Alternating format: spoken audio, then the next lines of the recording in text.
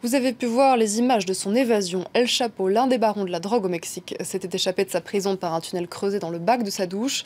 Le personnel de la prison était suspecté de l'avoir aidé dans sa fuite. Plusieurs d'entre eux ont été arrêtés ce vendredi. Florent Rodeau.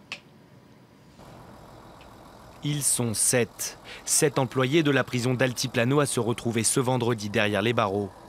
Depuis dimanche, les autorités mexicaines tentent de comprendre comment Joaquim Guzmán, le baron de la drogue, a pu s'échapper de cette prison de haute sécurité.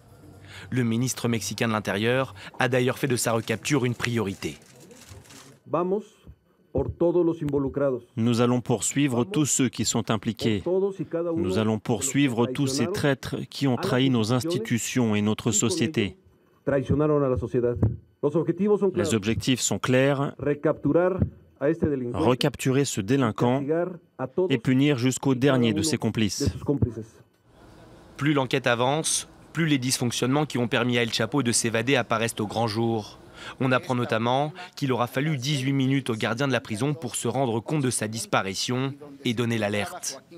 L'évasion de Joaquim Guzmán est digne d'un scénario de film. Après avoir disparu de sa cellule, El Chapo aurait ensuite parcouru 1,5 km sur une moto fixée sur des rails, le tout dans un tunnel creusé par ses complices. Il aurait fini sa course dans une maison en construction au milieu des champs.